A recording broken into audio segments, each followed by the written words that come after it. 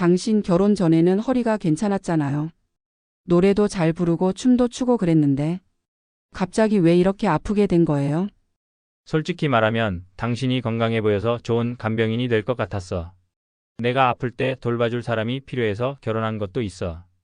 아버지, 재혼 잘하셨나요? 김 여사님이 잘 챙겨주시나요?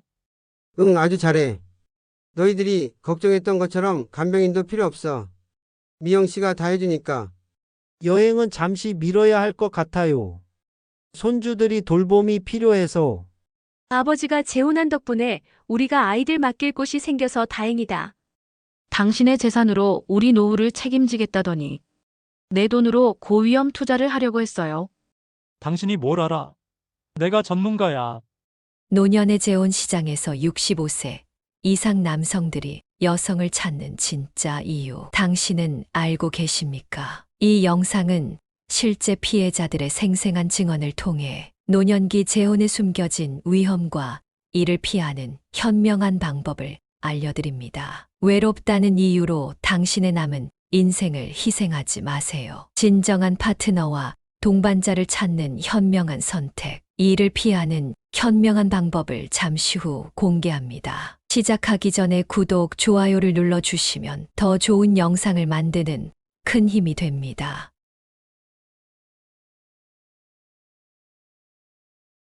제 이름은 김미영이고요. 올해 67세입니다. 사실 오늘 이렇게 용기를 내어 사연을 보내는 이유는 저와 비슷한 상황에 처한 분들께 경각심을 주고 싶어서입니다. 요즘 노년의 재혼이 많아지고 있잖아요. 저도 그중 한 명이었습니다. 2년 전 저는 우연히 동네 복지관 노래교실에서 이준호 씨를 만났습니다. 당시 73세였던 이준호 씨는 정말 건강해 보였어요. 항상 밝은 미소로 인사하고 트로트 노래도 젊은 사람 못지않게 열정적으로 부르는 모습이 인상적이었습니다. 미영 씨, 나이가 들수록 취미 생활이 삶의 활력소라고 생각하지 않으세요? 우리 함께 노래도 부르고 건강도 챙기면서 인생 후반전을 활기차게 살아봅시다. 이런 말을 건네며 저에게 다가왔죠. 처음에는 그저 같은 취미를 가진 친구로 지내다가 점점 더 가까워졌습니다. 노래 수업이 끝나고 함께 차도 마시고 가끔은 노래방에도 가면서요. 이준호 씨는 항상 제게 음악의 즐거움과 스트레스 해소 방법에 대해 열정적으로 이야기했습니다. 노래를 통해 젊음을 유지하는 모습이 정말 멋있어 보였어요. 제가 고음이 잘 안 나온다고 하면 호흡법을 친절하게 알려주기도 했죠. 미영 씨는 목소리도 좋고 음악에 대한 감성도 풍부했어. 함께 있으면 저도 더 즐겁게 노래할 수 있어요. 우리 앞으로도 계속 함께 노래하면서 행복한 노후를 보내요. 이런 그의 진심 어린 관심과 격려에 저는 점점 마음을 열게 되었습니다. 남편과는 10년 전에 사별했고 자녀들은 모두 독립해서 저 혼자 외롭게 지내던 차였거든요. 이준호 씨의 따뜻한 관심은 제게 큰 위로가 되었습니다. 교제한 지 6개월 정도 지났을 때 이준호 씨가 프로포즈를 했습니다. 음악과 함께하는 행복한 노후를 함께 보내자는 그의 제안에 저는 기쁜 마음으로 수락했. 물론 자녀들의 반대도 있었지만 제 인생의 행복은 제가 선택해야 한다고 생각했습니다. 결혼식은 소박하게 치렀어요. 가족들과 가까운 친구들만 초대해서요. 이준호 씨의 자녀들은 바쁘다며 오지 않았지만 그때는 그것이 어떤 신호인지 알지 못했습니다. 결혼 후 첫 한 달은 정말 행복했어요. 함께 노래도 부르고 음악 감상도 하고 서로의 취미를 존중하며 보냈죠. 하지만 그 행복은 오래가지 않았습니다. 결혼 한 달이 지났을 즈음 이준호 씨가 갑자기 허리 통증을 호소하기 시작했습니다. 아이고, 미영 씨. 갑자기 허리가 너무 아파서 움직일 수가 없네요. 예전에도 디스크가 있었는데 다시 도진 것 같아요. 좀 마사지해 주실 수 있을까요? 처음에는 당연히 간단한 마사지 정도로 생각했어요. 아픈 남편을 위해 도움을 주는 것이 아내로서 당연한 일이라고 생각했으니까요. 하지만 그게 일회성으로 끝나지 않았습니다. 이준호 씨의 허리 통증은 점점 심해졌고 매일 아침 저녁으로 마사지를 해달라고 요청했습니다. 미영 씨, 당신 손은 정말 마법 같아요. 당신이 마사지해 줄 때만 통증이 줄어들어요. 병원에서 물리치료를 받아도 당신 손만큼 효과가 없어요. 이런 말을 들으면 한편으로는 기분이 좋으면서도 다른 한편으로는 부담이 되기도 했습니다. 점점 제 일상은 이준호 씨의 통증 관리에 맞춰지기 시작했어요. 아침에 일어나면 가장 먼저 해야 할 일이 그의 허리 마사지였고 저녁에 잠들기 전에도 마찬가지였습니다. 허리가 너무 아파서 노래교실도 못 갈 것 같아요. 당신이라도 계속 다니세요. 처음에는 이렇게 말했지만 제가 노래교실에 가려고 준비하면 갑자기 통증이 심해져서 도움을 요청했습니다. 결국 저도 노래교실에 나가지 못하게 되었죠. 마사지 외에도 약 챙겨주기, 병원 동행하기, 특별 식단 준비하기 등 할 일이 점점 늘어났습니다. 어느 날 우연히 이준호 씨의 휴대폰을 보게 되었어요. 아들과 주고받은 메시지가 눈에 띄었습니다. 아버지, 재혼 잘하셨나요? 김 여사님이 잘 챙겨주시나요? 응, 아주 잘해. 너희들이 걱정했던 것처럼 간병인도 필요 없어. 미영 씨가 다 해주니까. 그 순간 머리를 한 대 맞은 것 같았어요. 이준호 씨의 자녀들은 이미 아버지의 건강 상태를 알고 있었고 제가 간병인 역할을 해주길 기대하고 있었던 거예요. 심지어 이준호 씨는 저와 결혼하기 전부터 이런 계획을 가지고 있었던 것 같았습니다. 그날 저녁 용기를 내어 이준호 씨에게 물었습니다. 당신 결혼 전에는 허리가 괜찮았잖아요. 노래도 잘 부르고 춤도 추고 그랬는데 갑자기 왜 이렇게 아프게 된 거예요? 이준호 씨는 잠시 당황하는 기색을 보이더니 이내 표정을 바꾸었습니다. 나이가 들면 갑자기 그럴 수 있는 거야. 당신이 내 아내니까 돌봐주는 게 당연한 거 아닌가. 내가 아플 때 돌봐줄 사람이 필요해서 결혼한 것도 있어. 솔직히 말하면 당신이 건강해 보였어. 좋은 간병인이 될 것 같았어. 그 말을 듣는 순간 가슴이 무너지는 것 같았습니다. 그동안 제가 느꼈던 사랑과 행복은 모두 착각이었던 걸까요? 이준호 씨는 정말로 저를 아내가 아닌 간병인으로 생각하고 있었던 걸까요? 하루는 복지관 노래교실 친구인 박수진 씨에게 이 이야기를 털어놓았습니다. 그러자 그녀도 비슷한 경험을 했다며 자신의 이야기를 들려주었어요. 미영 씨, 나도 비슷한 경험이 있어요. 내 경우에는 독서 모임에서 만난 정대철 씨와 재혼했는데 처음에는 요리에 관심이 많다며 함께 요리 클래스도 다녔어요. 그런데 결혼 후에는 달라졌어요. 매일 세 끼 집밥을 요구하면서 식단까지 꼼꼼하게 체크하더라고요. 박수진 씨의 이야기를 듣고 나니 제 상황이 혼자만의 불운이 아니라는 것을 깨달았습니다. 그녀는 정대철 씨와 처음 만났을 때 그가 얼마나 요리에 관심이 많았는지 이야기했어요. 정대철 씨는 처음에 요즘 남자들도 요리할 줄 알아야 한다며 요리 책도 많이 읽고 요리 프로그램도 열심히 봤어요. 함께 요리 교실에 등록해서 일주일에 2번씩 다녔죠. 그 모습이 너무 멋있어 보였어요. 재혼 후에는 함께 맛있는 음식을 만들며 행복하게 지낼 수 있을 거라 생각했는데 박수진 씨의 표정이 어두워졌습니다. 결혼하고 일주일 정도 지났을까요? 갑자기 자신이 위장이 약해서 특별한 식단이 필요하다고 하더라고요. 처음에는 그런가 보다 했죠. 하지만 점점 요구 사항이 많아졌어요. 아침에는 죽, 점심에는 저염식, 저녁에는 단백질이 풍부한 음식, 게다가 정확히 시간에 맞춰서요. 요리 교실에서 배운 레시피를 활용해 보려고 하며 그런 자극적인 음식은 내 몸에 맞지 않아라며 거부했어요. 그래도 처음에는 남편의 건강을 위해 최선을 다했습니다. 하지만 어느 날 정대철 씨가 친구들을 집으로 초대했는데 그때 들은 말에 충격을 받았어요.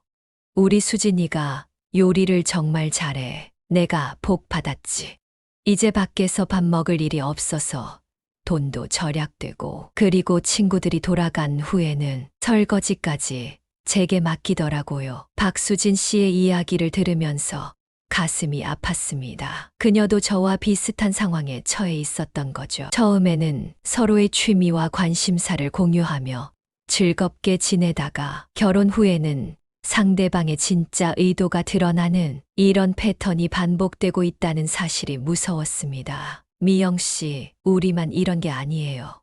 여행 동호회에서 만난 이혜숙 씨도 비슷한 경험을 했대요. 세계 여행을 함께 하자던 남편이 결혼 후에는 오히려 그녀의 여행을 제한하고 손주 돌보는 일에만 전념하길 바랐다고요. 그날 집으로 돌아오는 길에 많은 생각이 들었습니다. 이준호 씨와의 결혼 생활을 계속해야 할지 아니면 이혼을 고려해야 할지. 하지만 이 나이에 다시 혼자가 된다는 것은 두려운 일이었습니다. 집에 돌아왔을 때 이준호 씨는 평소와 달리 거실 소파에 앉아를 보고 있었어요.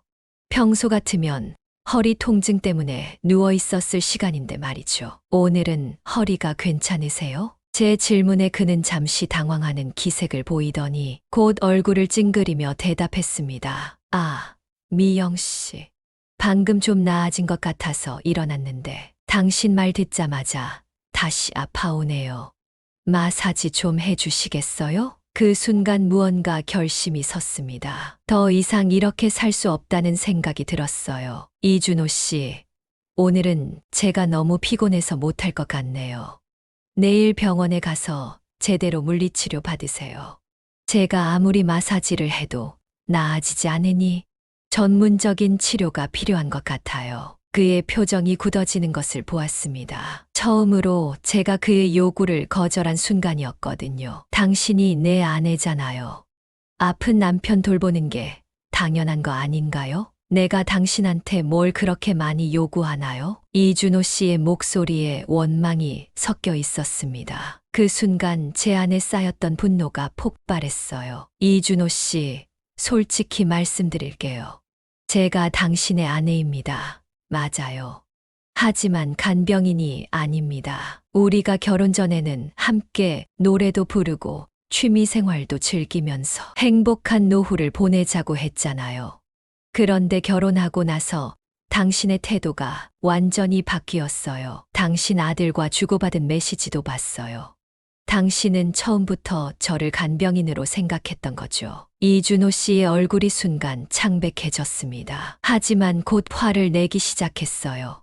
뭐라고요? 내 휴대폰을 몰래 본 거예요. 그게 아내가 할 짓인가요? 프라이버시를 침해한 거잖아요. 그는 제가 한 말의 본질은 회피한 짓에 휴대폰을 본 것에 대해서만 화를 냈습니다. 전형적인 화재 전환 기술이었죠. 지금 중요한 건 그게 아니잖아요. 당신이 처음부터 저를 속였다는 사실이 중요한 거예요. 당신은 건강했고 노래도 잘 불렀어요. 그런데 결혼하자마자 갑자기 허리가 아프다며 저에게 간병을 요구했잖아요. 제 말에 이준호 씨는 잠시 침묵했습니다. 그리고는 한숨을 쉬며 말했어요. 미영 씨, 우리 나이에 결혼이 무슨 의미가 있을 것 같아요. 사랑, 로맨스, 그런 건 젊은 사람들이나 하는 거예요. 우리 나이에는 서로 의지하고 도움을 주고받는 게 중요한 거죠. 나는 당신에게 경제적 안정을 주고 당신은 나를 돌봐주고 그게 노년의 결혼 아닌가요? 그의 말에 저는 더욱 분노가 치밀었습니다. 그렇지 않아요. 나이가 들어도 사랑하고 존중하며 서로의 인생을 풍요롭게 만들어주는 게 진정한 파트너십이에요. 당신이 말하는 건 계약 관계지 결혼이 아니에요. 게다가 당신은 그 계약의 진짜 조건을 처음부터 숨겼어요. 그건 속임수예요. 이준호 씨. 이준호 씨는 갑자기 얼굴을 붉히더니 소리를 지르기 시작했습니다. 속였다고요? 내가 언제 속였어요? 내가 아프다는 건 사실이에요. 당신이 나를 돌봐주지 않으면 누가 돌봐줘요? 내 자식들은 다 바빠서 신경 쓸 여유가 없다고요. 당신이 내 아내라면 이럴 때 곁에 있어주는 게 당연한 거 아닌가요? 그의 돌변한 태도에 저는 깜짝 놀랐습니다. 지금까지 한 번도 저에게 소리를 지른 적이 없었거든요. 이준호 씨의 진짜 모습이 드러나는 순간이었습니다. 난 당신처럼 혼자 살 수 없어요. 누군가의 도움이 필요해요. 그리고 당신도 마찬가지 아닌가요? 당신 자식들도 당신을 돌보지 않잖아요. 우리 같은 노인들은 서로 의지할 수밖에 없어요. 그의 말에 제 마음이 차갑게 식어갔습니다. 이것이 그가 생각하는 우리 관계의 전부였던 거예요. 서로 의지할 수밖에 없는, 어쩔 수 없는 선택. 사랑이나 존중은 전혀 없는. 이준호 씨, 저는 혼자서도 잘 살 수 있어요. 물론 외롭기도 하고 힘들기도 했지만 그래도 제 삶은 제가 주인이었어요. 당신을 만나 행복할 수 있을 거라 생각했는데 그건 다 착각이었네요. 저는 침실로 들어가 짐을 싸기 시작했습니다. 이준호 씨가 뒤따라 들어왔어요. 미영 씨, 어디 가려고요? 날이 벌써 늦었잖아요. 내일 다시 얘기하면 안 될까요? 더 이상 할 얘기가 없어요. 저는 당신의 간병인이 되기 위해 결혼한 게 아니에요. 당신도 알고 있잖아요. 당신 자녀들도 알고 있고요. 여기 더 이상 있을 수 없어요. 이준호 씨는 제 손목을 잡아 제지하려 했습니다. 미영 씨, 제발요. 이러지 마세요. 당신 없이 난 어떻게 살아요? 내가 잘못했어요. 다시 한 번만 기회를 주세요. 하지만 저는 이미 마음을 굳혔습니다. 이준호 씨의 손을 뿌리치고 제 짐을 꾸렸어요. 다행히 결혼 전 살던 집을 완전히 처분하지 않고 임대를 줬던 터라 갈 곳은 있었습니다. 임대인에게 연락해서 며칠만 기다려달라고 할게요. 그동안 당신 자녀들에게 연락해서 아버지 돌봄 문제를 상의하세요. 더 이상 제가 할 일이 아닙니다. 이준호 씨의 얼굴이 창백해지더니 갑자기 가슴을 부여잡았습니다. 가슴이, 숨이 안 쉬어져요.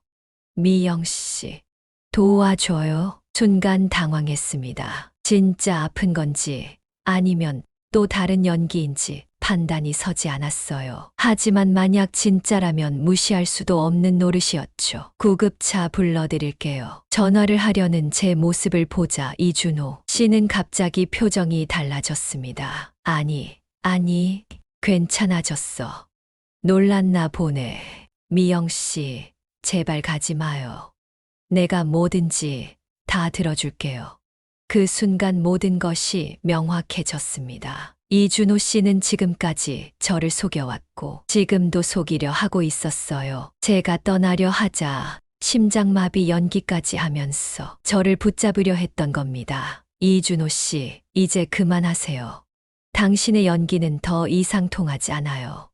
나가겠습니다. 그날 밤 저는 오랜 친구인 최영숙 씨의 집에서 하룻밤 신세를 지게 되었습니다. 다음 날 아침 최영숙 씨는 아침 식사를 준비하며 저에게 물었어요.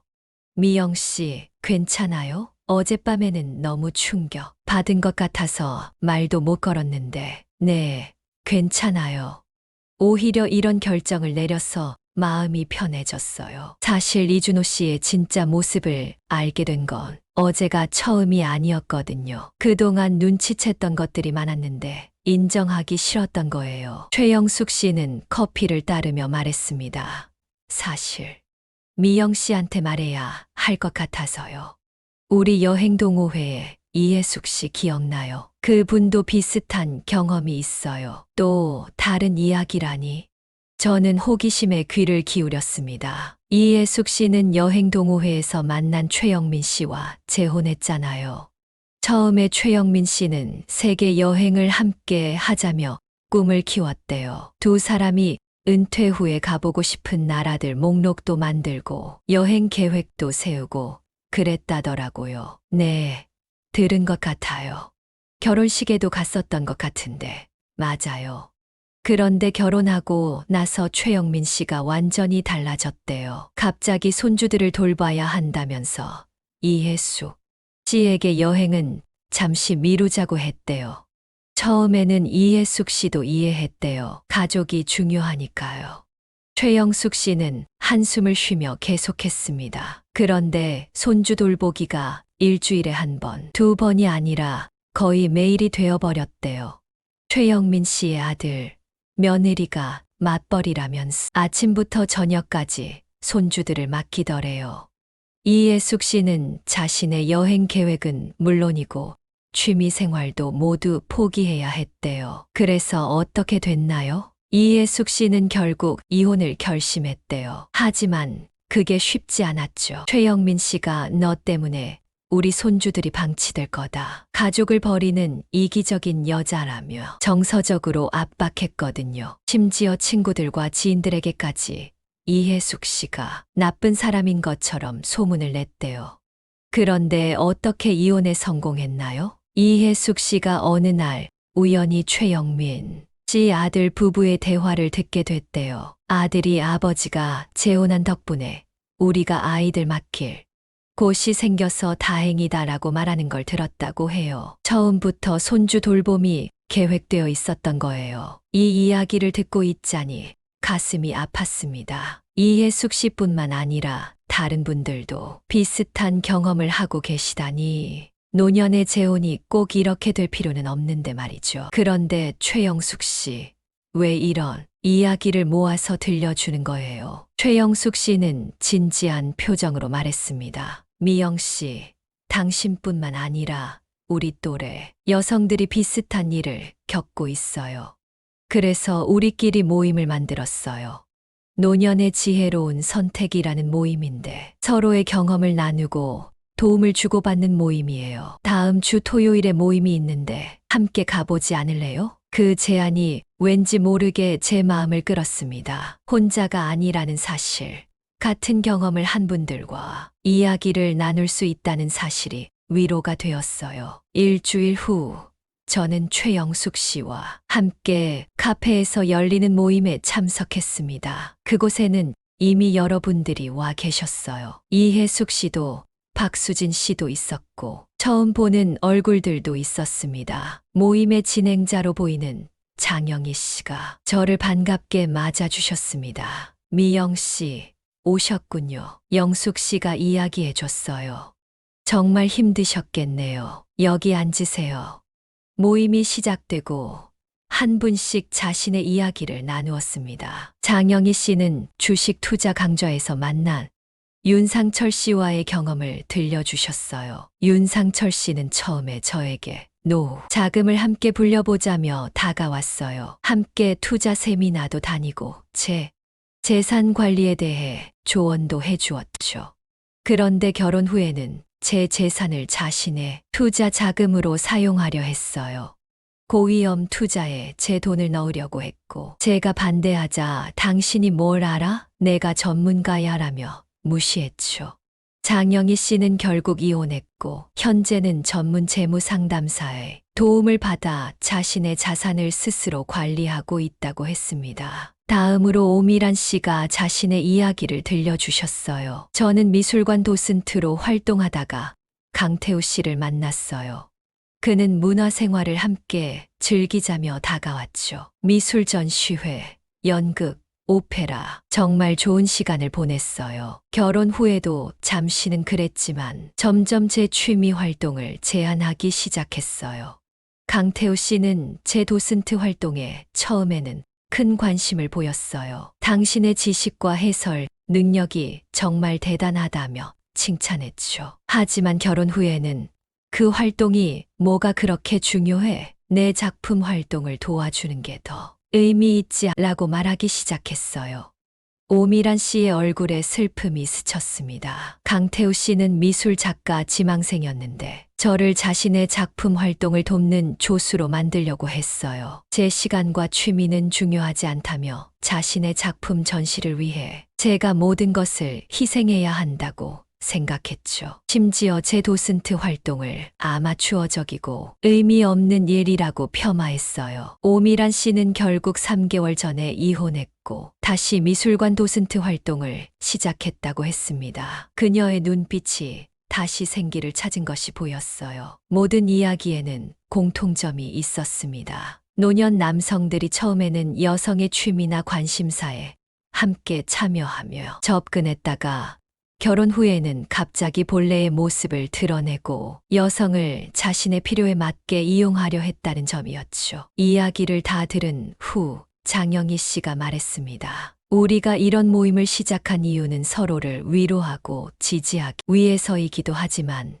더 중요한 건 다른 여성들에게 경각심을 주기 위해서예요. 노년의 재혼이 나쁜 것은 아니에요. 하지만 상대방의 진정한 의도를 파악하는 것이 중요해요. 어떻게 파악할 수 있을까요? 저는 궁금해서 물었습니다. 장영희 씨는 사용지를 나눠주었습니다. 거기에는 노년 재혼 전 체크리스트라고 적혀 있었어요. 우리가 경험을 바탕으로 만든 체크리스트예요. 첫째, 상대방이 당신의 취미와 관심사에 갑자기 큰 관심을 보이나요? 둘째, 결혼 전에 건강 상태에 대해 솔직하게 이야기하나요? 셋째, 자녀들과의 관계는 어떤가요? 넷째, 재정 상태를 투명하게 공개하나요? 다섯째, 결혼 후의 생활에 대한 구체적인 계획을 함께 세우나요? 이 체크리스트를 보면서 생각했습니다. 만약 제가 이준호 씨와 결혼하기 전에 이런 것들을 꼼꼼히 확인했더라면 어땠을까? 하지만 후회해도 소용없었습니다. 중요한 건 앞으로였어요. 우리는 이 모임을 통해 서로의 경험을 나누고 필요하다면 법률적, 심리적 지원도 제공하고 있어요. 그리고 무엇보다 우리 스스로 행복한 노년을 만들어가는 방법을 함께 찾고 있죠. 모임이 끝난 후 저는 마음이 한결 가벼워졌습니다. 혼자가 아니라는 사실, 그리고 제 선택이 잘못된 것이 아니라는 확신이 들었기 때문이었죠. 집으로 돌아오는 길에 이준호 씨에게서 전화가 왔습니다. 미영 씨, 제발 돌아와요. 내가 잘못했어요. 다시 예전처럼 지낼 수 있을 거예요. 하지만 저는 이미 결심했습니다. 이준호 씨, 더 이상 돌아갈 수 없어요. 저는 이제 제 인생을 찾아 살고 싶어요. 당신이 진정으로 저를 사랑했다면 간병인이 아닌 파트너로 대했을 거예요. 하지만 그러지 않았죠. 변호사를 통해 이혼 서류를 보내드릴게요. 그 후 6개월이 지난 지금 저는 다시 노래교실에 다니고 있습니다. 이준호 씨와의 이혼은 생각보다 순탄하게 진행됐어요. 아마도 그도 더 이상 저를 붙잡아둘 명분이 없다고 판단했나 봅니다. 이후 그는 간병인을 고용했다고 들었어요. 노년의 지혜로운 선택 모임은 이제 제 삶의 중요한 부분이 되었습니다. 매주 모임에 참석하면서 비슷한 경험을 가진, 하지만 그 경험을 딛고 자신의 삶을 멋지게 살아가는 여성들을 만나고 있어요. 우리는 서로에게 힘이 되어주고 때로는 함께 여행도 가고 문화생활도 즐기고 있습니다. 이제 저는 제 인생의 주인으로 돌아왔습니다. 남은 생을 누군가의 간병인이나 가정부로 살지 않고 제가 원하는 대로 살 것입니다. 물론 외로울 때도 있지만 그 외로움은 잘못된 관계에서 느끼는 고독보다 훨씬 견딜만 합니다. 만약 지금 이 방송을 듣고 계신 분들 중에 저와 비슷한 상황에 처해 있거나 노년의 재혼을 고민하고 계신 분이 있다면 부디 서두르지 마시고 상대방의 진정한 의도를 파악하는데 시간을 투자하세요. 그리고 자신의 인생과 행복을 최우선으로 생각하셨으면 좋겠습니다. 우리 모두는 나이가 들어도 존중받고 사랑받을 자격이 있습니다. 단지 외롭다는 이유로 또는 누군가의 도움이 필요하다는 이유로 자신의 가치를 낮추지 마세요. 제 이야기가 누군가에게 도움이 되었으면 좋겠습니다. 더 많은 분들이 이런 경험을 나누고 서로 도울 수 있도록 저희 지혜를 담다 유튜브 채널 구독과 좋아요 부탁드립니다. 또한 알림 설정을 해두시면 새로운 이야기가 올라올 때마다 가장 먼저 시청하실 수 있어요. 마지막으로 다시 한번 말씀드리고 싶습니다. 노년의 사랑과 결혼이 반드시 불행한 것은 아닙니다. 진정한 동반자를 만날 수도 있어요. 하지만 그 관계가 상호 존중과 진실한 애정에 기반해야 한다는 점을 잊지 마세요. 구독과 좋아요, 알림 설정은 무료입니다. 여러분의 생각은 어떤가요? 댓글로 남겨주세요.